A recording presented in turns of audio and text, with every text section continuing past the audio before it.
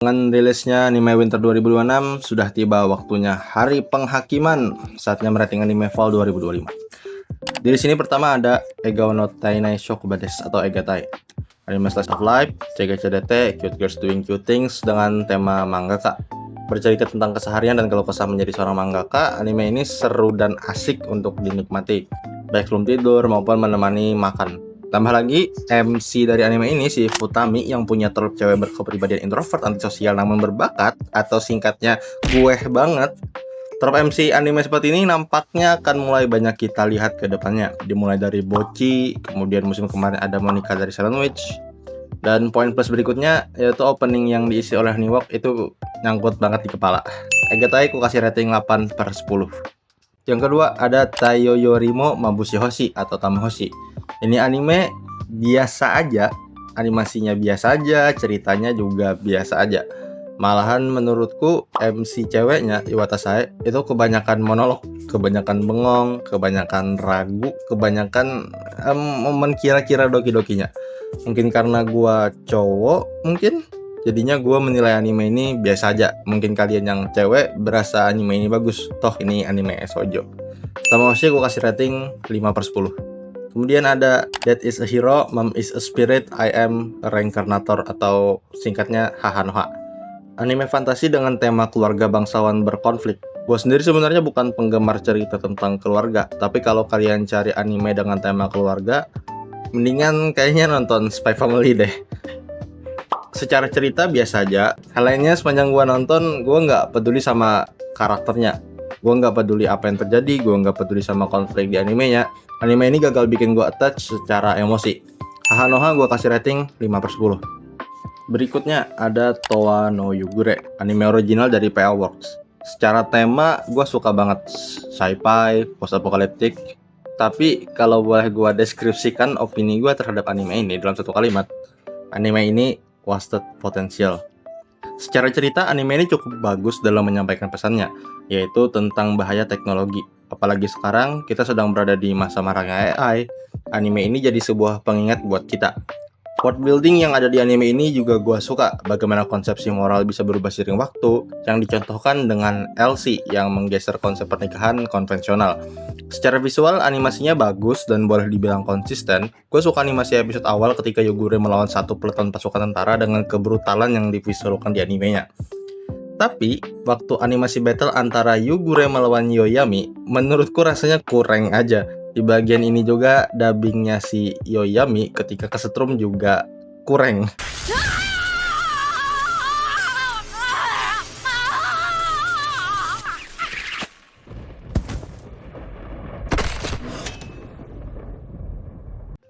Kalau kita mundur lagi ke beberapa episode sebelumnya, di episode 8 dan 9, waktu mereka menolong suami istri yang bertengkar untuk berbaikan, episode tersebut ternyata cuma setup buat Amoru tanya semisal orang yang kau cintai berbohong, gimana responmu?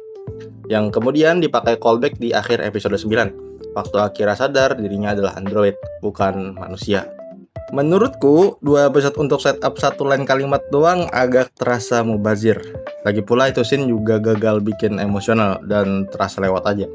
Gue sendiri berharap ntar ada cerita sampingan tentang para androidnya, mengingat di epilog kita diperlihatkan Yoyami dan Hakubo yang menemui android lain di sebuah reruntuhan. Gue lebih penasaran itu ketimbang hubungan cinta Amoru sama Akira. Towa no Yugure gue kasih rating 7/10. Anime berikutnya ada Sawaranaide Kote Sashi-kun. Iya, ini anime ecchi tentang pijat plus-plus buat atlet. Sebenarnya anime ini nggak yang gimana-gimana, cuman gue ngakak aja nonton ini anime. Anime ini gue kasih rating 6/10. Next ada Potion Wagami wo Taskeru, anime yang secara harfiah anime PPT, yang kayaknya mending nonton ini daripada One Punch Man Season 3. Gaya animasinya yang unik bikin gue attach dengan anime ini. Mungkin karena gue main Reverse 1999 dan Reverse punya cutscene PPT bergerak, jadi gue betah aja nontonnya karena terbiasa. Gue kurang tahu ini anime eksperimental atau gimana, tapi gue enjoy nontonnya. Anime ini gue kasih rating 7/10. Berikutnya, Kao ni Denai Kashiwada-san to Kao ni Deru Otakun. Anime romance komedi anak SMP dengan trop polar opposite sesuai judulnya, Ner ekspresif Kashiwada dan Ota yang ekspresif. Karena pola cerita anime ini sudah banyak dan terasa reskin doang, rasanya nggak beda jauh sama Takagi dan Nagato. Anime ini ku kasih rating 6/10. Di list ke-8 ada Chanto Suenai Kyu Ketsuki-chan, anime komedi slice of life yang jualan cute karakternya pada umumnya. Awalnya gue pikir anime ini bergenre romance loh. Ternyata di Mal sendiri ini anime nggak ada genre romance. Ada beberapa hal yang gue sayangkan dari ceritanya. Salah satunya adalah latar dunianya. Di kota Kashinokidai, tempat banyak kelas tinggal, berasa disia-siain. Di kelasnya kita cuma lihat vampir, dan di sekolahnya ada kepala sekolahnya yang merupakan dewi. Sisanya manusia.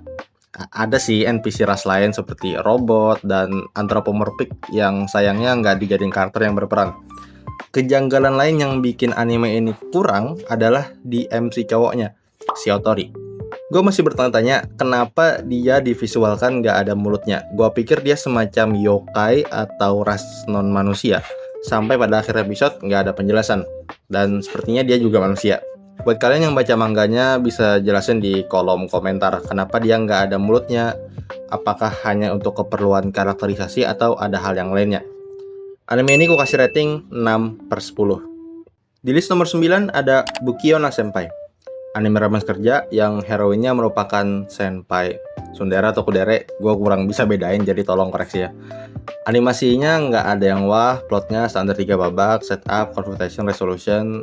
Ya menurutku anime ini biasa aja, jadi Bukio no Senpai gue kasih rating 6/10. Kemudian ada Uma Musume Cinderella Girl Part 2. Anime lomba lari pacuan kuda, animasi dan penceritanya masih konsisten seperti part satunya. Tiap scene balapan, hype-nya berasa nembus layar. Secara emosional, gue berasa dibawa masuk ke lintas balap. Adrenalin gue ikut naik bersama para Uma yang berlomba.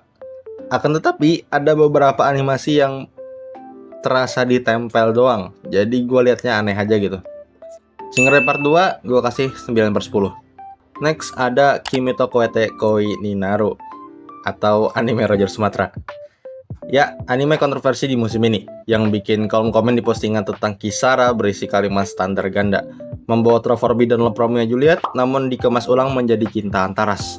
Pertama, gue mau bahas kontroversi yang muncul di anime ini mengenai tema furry. Gue sendiri kalau dalam karya fiksi punya pandangan, seandainya cinta antara seperti manusia dan elf atau vampir dengan manusia bukanlah masalah, maka cinta antara manusia dengan hewan anthropomorphic harusnya bukan masalah. Gue bisa mengerti alasan banyak yang kontra dengan anime ini karena si Tsunagu atau Mas Rogernya yang dirupakan dengan anjing serigala yang masih dominan hewan dan jauh dari rupa humanoid. Beda misalkan seperti Raptalia dari anime Tate no Yusa yang sebenarnya masih dikategorikan anthropomorphic atau yang lebih tepatnya moe anthropomorphism, namun masih memiliki rupa humanoid dengan fitur hewan tambahan berupa kemonomimi atau telinga hewan. Contoh lainnya ada Inuyasha, Fairies dari anime Re:Zero, dan banyak karakter dari game Blue Archive. Sekarang mari kita bahas animenya. Animasi visualnya cakep untuk genre romance. Untuk cerita, gue suka banget bagaimana anime ini memulai cerita dengan Tsunagu dan Mari yang bertemu kemudian melompati tembok sekolah. Hal tersebut seakan-akan ngasih konteks cerita ke depannya, bahwa cerita anime ini berpusat pada bagaimana kedua karakter ini melompati tembok moral masyarakat mengenai cinta antara sebagai konflik eksternal. Tapi, gue agak menyayangkan pada konflik internalnya. Di sini, Tsunagu malah dibikin birahi saat mencium feromonnya Mari. Menurut gue akan lebih bagus jika Tsunagu muncul rasa lapar ketika dekat dengan Mari, seperti pada anime Beastar. Kimiko gue kasih rating 8/10. Di video ini gue nggak cuma berbagi rating anime yang gue tonton sampai habis, tapi juga ada beberapa anime yang gue drop, baik gue nonton cuma satu atau sampai setengah. Jadi ini beberapa anime yang gue drop. Yang pertama ada Alma-chan wa Kozoku ni Naritai. Gue nonton animenya satu episode doang, dan seperti yang gue bilang, tema family wholesome, not my type genre. Jadi gue drop. Kemudian yang kedua ada Mushaku no Eiyu, anime fantasi dengan MC berbakat, overpower, dan Sigma. Gue nonton anime ini sampai episode 6 waktu dia masuk ke sekolah sihir. Di situ gue udah ngerasa nggak betah nontonnya. Ya udah OP, teman-teman sekolahnya bocil semua. Jadi ya gue drop. Next ada Tomodachi no Imoto ga ore ni dake uzai atau Imouza. Gue nonton satu episode dan gue berasumsi ini anime palingan romance harem school pada umumnya. Karena gue udah jenuh nonton harem, jadi gue drop. Kemudian ada anime Shabake. Secara genre, padahal ini anime gue suka banget. Misteri, supernatural, Gua nonton Kyoko Suiri, Underground Murder Pass, Occultic 9, Kaito Otome. Tapi setelah gua nonton episode satunya dan melihat muka MC-nya yang feminim tapi model rambutnya Chon Mage, gua mengurungkan niat untuk menonton episode selanjutnya. Jujur agak ganggu, jadi gua drop. Next ada Watashi wo Tabetai atau Watatabe, anime Yuri depresif yang gua tonton cuman 2 episode. Pacing ceritanya yang terlalu lambat bikin gua nggak betah nontonnya. Watatabe gua drop. Selanjutnya di list gua ada One Dance, ya anime tentang dance, dan kayaknya tetap dijelasin, harusnya kalian tahu alasan gua drop anime ini. Padahal sayangnya Mbak Yomi hina, jadi ya gua drop. Ya anime terakhir yang gua drop itu ada Yanoku no Futsu no Hibi. Gua nonton anime ini cuman 4 episode dan gua kasihan sama MC-nya. Jadi gua udah cukup dengan Izumi dan Shikimori, jadi Yanokun gua drop. Ada satu anime lagi yang masih lanjut, yang masih belum selesai gua tonton. Per gua record ini, anime ini masih 10 episode, yaitu Chitose is in the Ramune Battle atau Chiramune biasanya disingkatnya. Oregairu tapi MC-nya populer. Ceritanya berpusat pada konflik remaja dan masa muda, pencarian jati diri, menemukan makna cinta, dan sebagainya. Animasinya bagus untuk genrenya. Saat ini anime ini ku kasih rating 8, meskipun belum ku input 5. Selama animasi dan gaya penceritaannya konsisten, kayaknya gue bakal kasih ini anime 8/10. Jadi ya, itu dia rating anime yang gua tonton plus yang gua drop. Kalau menurut kalian gua kasih rating anime A ketinggian atau anime B kerendahan, ataupun ada anime di fall 2025 yang gua lewatkan, bisa kalian komen di bawah beserta alasannya. Gua pengen baca opini kalian. Sekian video kali ini, jangan lupa like dan subscribe. Sampai jumpa 3 bulan lagi di rating anime Winter 2026. Gua Bebek, bye.